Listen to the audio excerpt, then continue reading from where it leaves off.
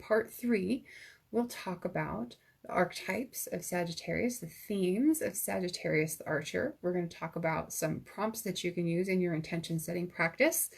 And I want you to think big. I want you to think all of 2020. Partly because we're going to take advantage of this as being the first new moon of the year, even though it's in 2019. We're going to leverage it as though it's the first new moon of the year 2020. So think big, think long term, think entire year, but also because it's a new moon solar eclipse, and the solar eclipses have an effect for up to a year to 18 months. So think big, think long term. Don't be thinking just in terms of the next 30 days or the next 6 months like we typically talk about when we talk about intention setting. Think bigger, think longer term. What's your big thing that you want to accomplish for the coming year? Is there some major change that you want to affect in your life? Is there some big goal that you have for yourself personally or professionally? Or is there some experience that you want to have? Think big, not just little. Okay, so let's wrap up part 2 then, and diving in to part 3, the archetypes and themes of Sagittarius. So Sagittarius is the archer, right? It's the archetype of the philosopher, the teacher, the free thinker, right? This is an open-minded, expansive kind of energy. It's the big tent, right? Lots of room for everything to fit under the big tent. Sagittarius is the energy of the traveler or the explorer. And this can include the transient and the vagabond, right? We don't tend to think about them. We tend to think about the world traveler or the explorer, right? With the telescope and the map and all that. But it could be the train hopper.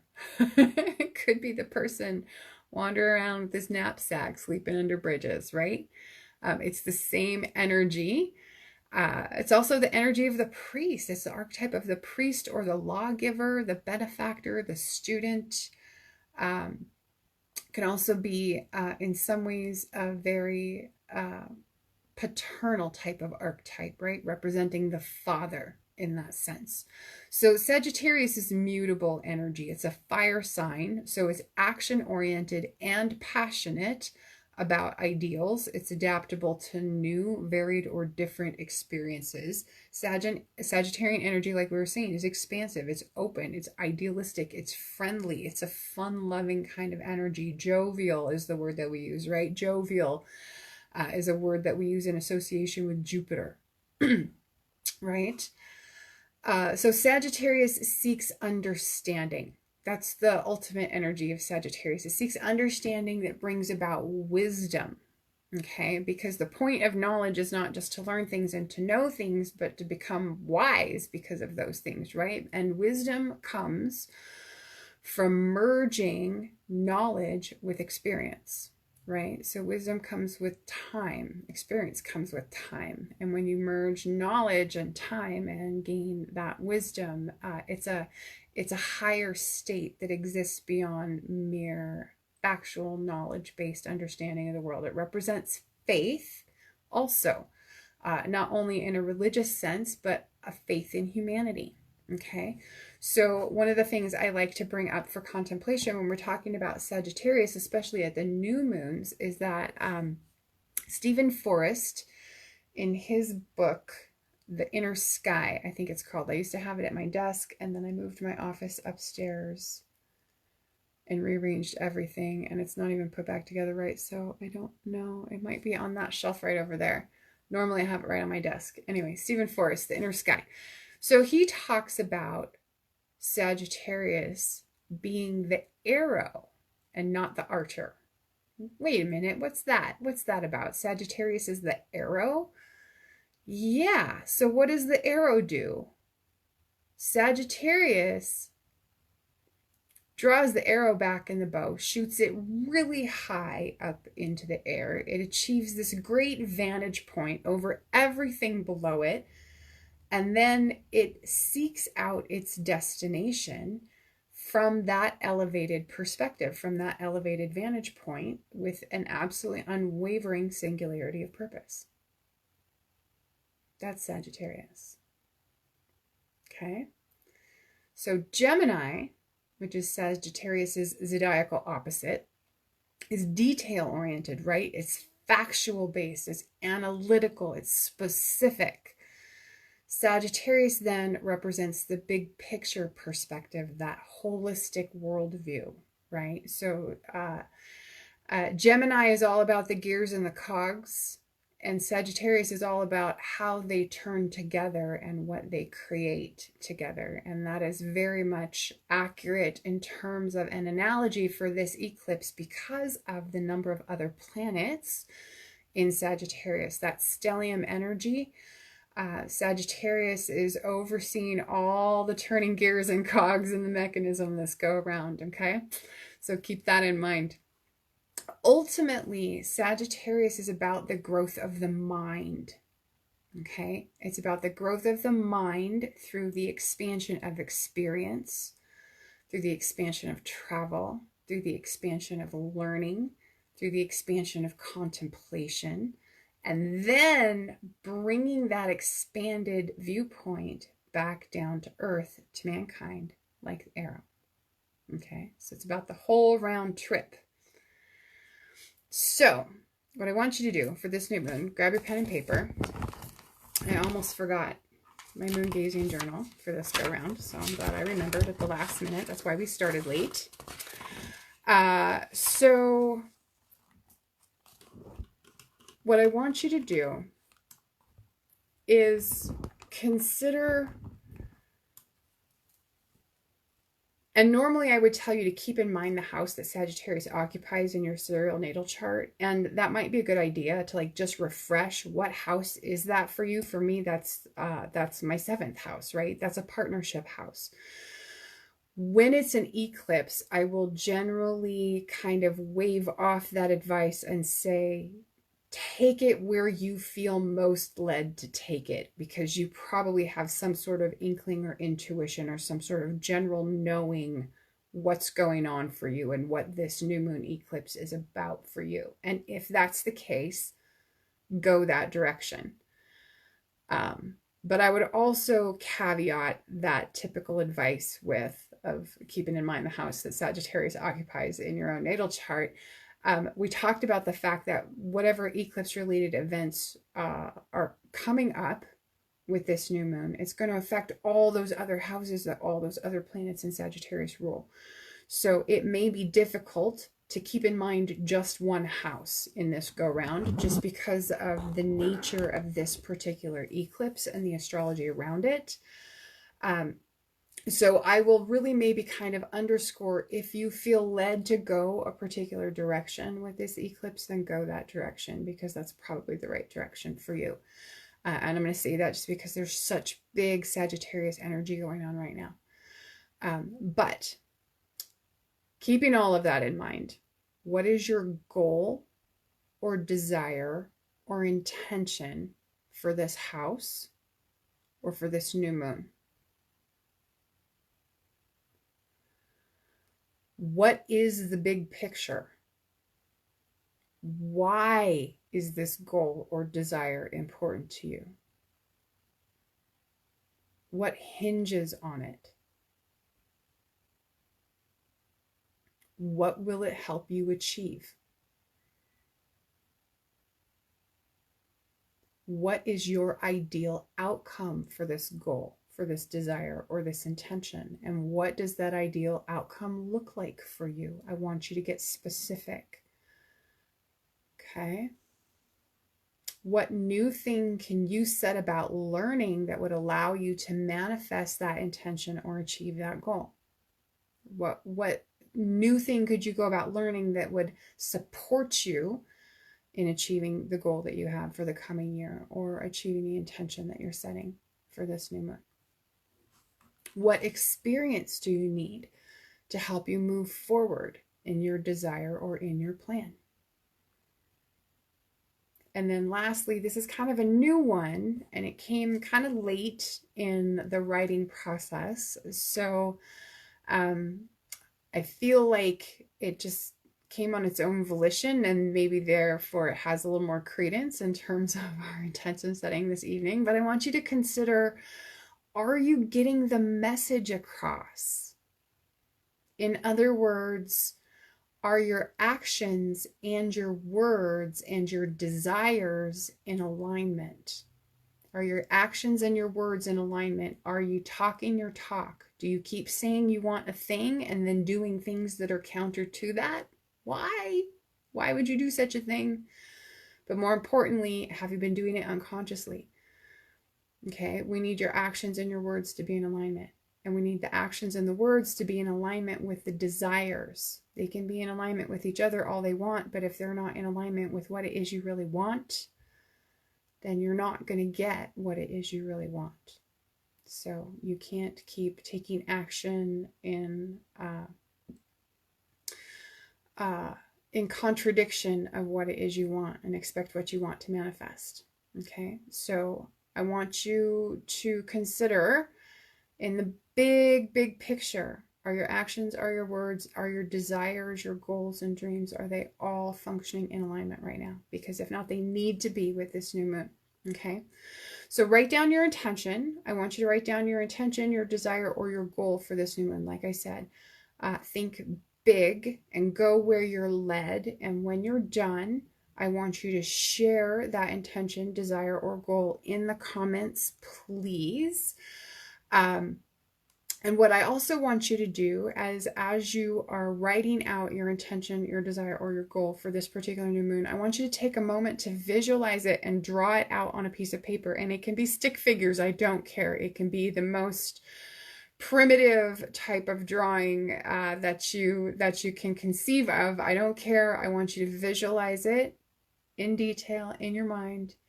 And then I want you to draw it on a piece of paper with your written out intention, what it is you want to manifest or achieve in the next 6 to 12 months. And I really would encourage you to think 12, think entire year. And I would also encourage you, because this is the big picture, long-term, all-year intention setting practice, write an affirmation to help reinforce your intention, and share your affirmation, if you would, in the comments. And then be prepared. Write it down on a card. Keep it on a note paper in your pocket. Put it on your phone. Make a little series of events in your calendar that remind you, so that your affirmation pops up in front of you for the entire coming year. I want you to be friends with this affirmation that you write tonight. I want you to write an affirmation that will help reinforce your intention for your desire or goal that you want to manifest or achieve in the coming year. So grab your pen and paper, hop to it. I'm going to recap these prompts real quick, and then I'll get to writing out my intention as well. And actually, let me share with you what it says in today's page of the Moon Gazing Journal. It says that you should prune, weed, and harvest plants during a waning moon. And of course, the waning moon is that period after it's been full, before it moves on to the new moon. So it wanes. You want all the juices up into the plant before you harvest, right? Pull it all up into the extremities and the limbs.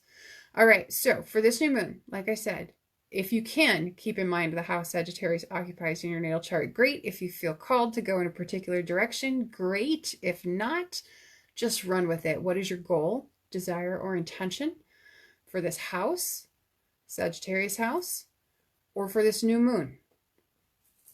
What's the big picture? Why is this goal or desire important to you, and what will it help you achieve? What is your ideal outcome for this goal, for this desire or intention, and what does that ideal outcome look like for you? This is where you can get creative with your drawing it out, right? What new thing can you set about learning that would support you or allow you to manifest that intention or achieve that goal more easily? What experience do you need that could help you move forward in your desire or your plan? Or finally, are you getting your message across?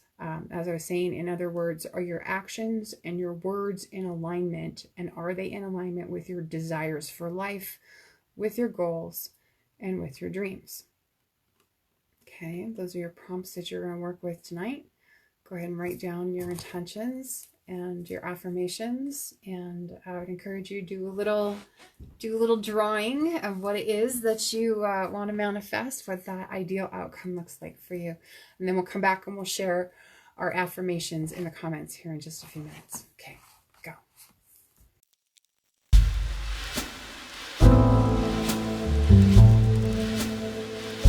All right, if anyone needs more time, just let me know in the comments. And in the meantime,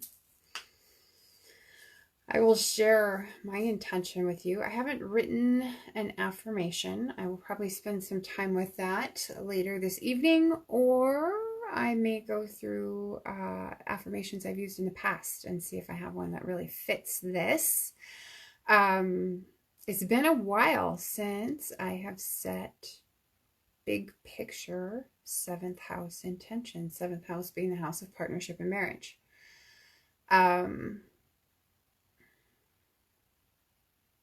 So I kind of focus it on just a singular long-term committed relationship with this intention setting, although I think that I may do it again and I may go into a more general stance about what I want to manifest in any and all partnerships and interpersonal relationships. Just because this is an eclipse, and that would be a good way to use such big energy. And I would also underscore for everyone watching, because you can do these intention setting practices and our full moon releasing practices. You can do them for both your sun sign and your rising sign. And right now we're doing the practice for your rising sign, but I would encourage you to go through the practice again and do it for your sun sign and get twice as much bang for your buck. And part of the reason why I would encourage you to do that is because it is a solar eclipse. It's a really powerful solar eclipse, and you can take advantage of all of this crazy Sagittarius energy going on with so many planets there, and with Jupiter combust. You could really lock in some of that benefit by doing a second intention setting based on your solar houses. Based on your sun sign. And so I'd encourage you definitely to take the time to do that sometime in the next 10 days. The sooner the better. Just wait for the replay of the video, watch it again, but do it for your sun sign. So here's what I wrote. So I have Gemini rising. So this is 7th house new moon for me. So it's a big deal in the sense that it's this crazy solar eclipse and it's 7th house. And so what I wrote was that I intend to manifest a long-term committed relationship with a partner whose values, dreams, goals, and lifestyle are in alignment with my values, dreams, goals, and lifestyle. And that I intend to manifest a relationship of shared joy, shared interests, shared passions, shared empathy, shared vulnerability, shared goals, shared dreams, and shared values. That I intend to manifest a relationship of personal growth and development, of constructive conflict, of true partnership, and support, I should say, and that I intend to build a couple bubble with my partner, and I intend to enter a partnership which will challenge me to be my best self, and to do my best by those around me whose lives are impacted by me. That I intend to manifest a partnership of mutual happiness and respect, mutual interests, mutual experiences, mutual health and healing, and shared abundance. And that I intend for these things to be in the highest good of all involved. And so that's kind of where I'm at. I was trying to think broad, big picture, right? Long term. And I think mostly I covered it. However, like I said, I did not write an affirmation. I'll spend some time with that later this evening. I'll spend some time with that, and I'll do the practice again for my sun sign. So thank you for those of you who are sharing in the comments, whether you're doing that while we're live or you're doing that during the replay. I do read your comments and they are very welcome and appreciated. I love seeing what y'all come up with. I find it very, very inspiring to see what y'all come up with. Let me see if there are any comments here other than mine. I think that's it. Thanks for being on with us, Laura. It's been nice to see you with us tonight. Let me get back down to the bottom of where we were here and see where we left off with our intention setting. So we wrote down our intentions. We visualized it, we drew a picture, wrote an affirmation to reinforce our intention. We're going to come back to that affirmation over and over and over again throughout the year. And so this is why I want you to write a really solid affirmation and deploy it in a way where it will come back into your attention repeatedly throughout the day over time. You want to use your affirmations multiple times a day. Okay, so that's super, super important. I don't really have any announcements for you other than, if you haven't yet, get you your copy of the Ultimate Astrological Planner. I'll show you. This is a new one. This one's tropical, so if anyone needs a tropical planner, most of you watching are probably using Sidereal, but this is the 2020 in the tropical, so new for this year. What I added, I don't know if you can see it here. Let me see if I can find it to show you. So right here, it's kind of a violet kind of color. So I was going with highlighter colors here when I came up with this color scheme. I don't know if you can kind of tell. I was just thinking of what does your average pack of highlighters from the office supply store have? That's really real creative, right? But I added a new color code to the color coder to point out where our new moon and full moon lunations are. So that they're easier to find when you're just looking at the month at a glance. You can see the full moon and the new moon. They jump out to you a lot more easily.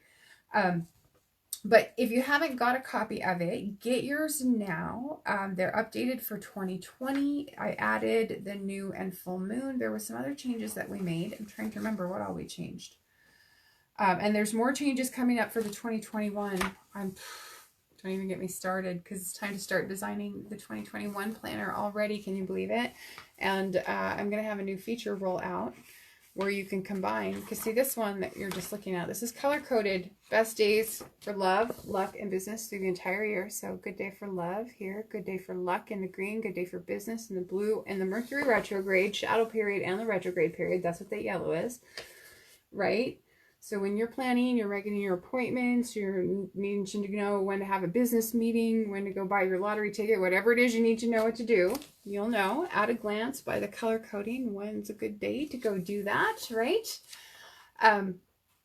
So with the new scheme that I haven't quite ironed out yet, exactly how the color coding will be working for 2021, what you'll be able to do is take all of this. This is done by transit, right? So these are the best days by transiting aspects, which is what we talk about all the time in horoscope astrology, or the transiting aspects. You can order a customized one with your personal transits for the year, color-coded, right? That one costs a little bit more, right? Because the astrology in it is only good for you. It's not good for in general. But next year for 2021, what we're rolling out is a way where we can combine the color coding so that you can have the best days by transit and your personal best days all in one planner. And so I'm really excited for that change. So stay tuned, because I'm sure I'm going to be bragging it up and talking about it as I work out all the details for that change. But for this year, we added the color coding for the new and the full moon. We added a few other things too, and I don't even remember exactly what all they are. I know this year, if you are getting this particular planner style, is the centerfold, where it just has the 13-month planning calendar. This year, I also added in the keyword reference guide in the centerfold planner. So normally that keyword reference guide just comes in the disc bound or the comb bound. Now you'll have it even if you're getting the centerfold planner. But yes, grab those. Go shop the full collection. MystickPhysick.com/2020. You can see all of them. There's disc-bound format so that if you like the planner, you can just buy a refill year after year. There's the centerfold format that you just saw. That's really nice for a slimline kind of planner if you don't have a lot of space in your briefcase or your backpack or your messenger bag. There's a comb-bound version that's also very handy. I happen to like that. Any of these are wonderful in that you can kind of take them with you anywhere. I designed them to be like the stealth astrological planner where they don't scream woo here in these pages, right? You could take one of these planners into the dentist's office. You could take one into a business meeting and no one would really know that you're looking at an astrological planner. Anyway, they're ready. They're available. You can order one online right now. You can shop the entire collection. And like I was saying, with the refill options, there are refills available in sizes to fit all the common planners. So if you already have a planner system that you love and you don't want to part with, but you want some astrology up in there, guess what? You can order a printable that can be printed and cut to fit your planner, and you can make it astrological. Okay, so thanks everyone for joining me for today's broadcast for the new moon intention setting. I am going to give you not if I can't copy and paste it. I'm going to give you a link to the full line of planners here in the comments. If you want to go check them out, there you go. The entire line online, mystickphysick.com/2020. And then also one more link. This is to the YouTube channel. So if you want to never miss a broadcast, subscribe to the YouTube channel. And then you'll want to hit the little notification bell icon so that you get notified whenever I go live or whenever we upload a new video. I don't normally go live on YouTube. However, that is something that will be changing, likely coming up in 2020. I'll be kind of overhauling my live streaming format, and I'll be much more likely to be going live in more places at once. YouTube is one of them. So if you tend to like to want to consume your content on YouTube over someplace like, you know, Facebook, that option should be available hopefully by the end of next year. But thanks everyone for joining me, and stay tuned for, there's more to come on 2020. So stay tuned for some future announcements. We're going to switch things up for the new year, and it's going to be very exciting. Thank you for joining me. I know most of you will catch the replay on this, and that's fine. I understand. It's Christmas. Enjoy yourselves. I don't think I even told you I was going live today, except I might have mentioned it on the Monday broadcast of the Sidereal Insights Astro update. But catch the replay. Be sure to do this practice. Be sure to do it twice. Once for your sunshine, once for your sun sign, and once for your rising sign, because it is such a powerful new moon eclipse opportunity with the stellium in Sagittarius and and Jupiter conjunct the sun. Just grab onto this energy and channel it as best you can. And see what comes of it. And we'll all take note, take stock of where we're at in another year. Thank you. Happy holidays and Happy New Year to everyone. Bye-bye.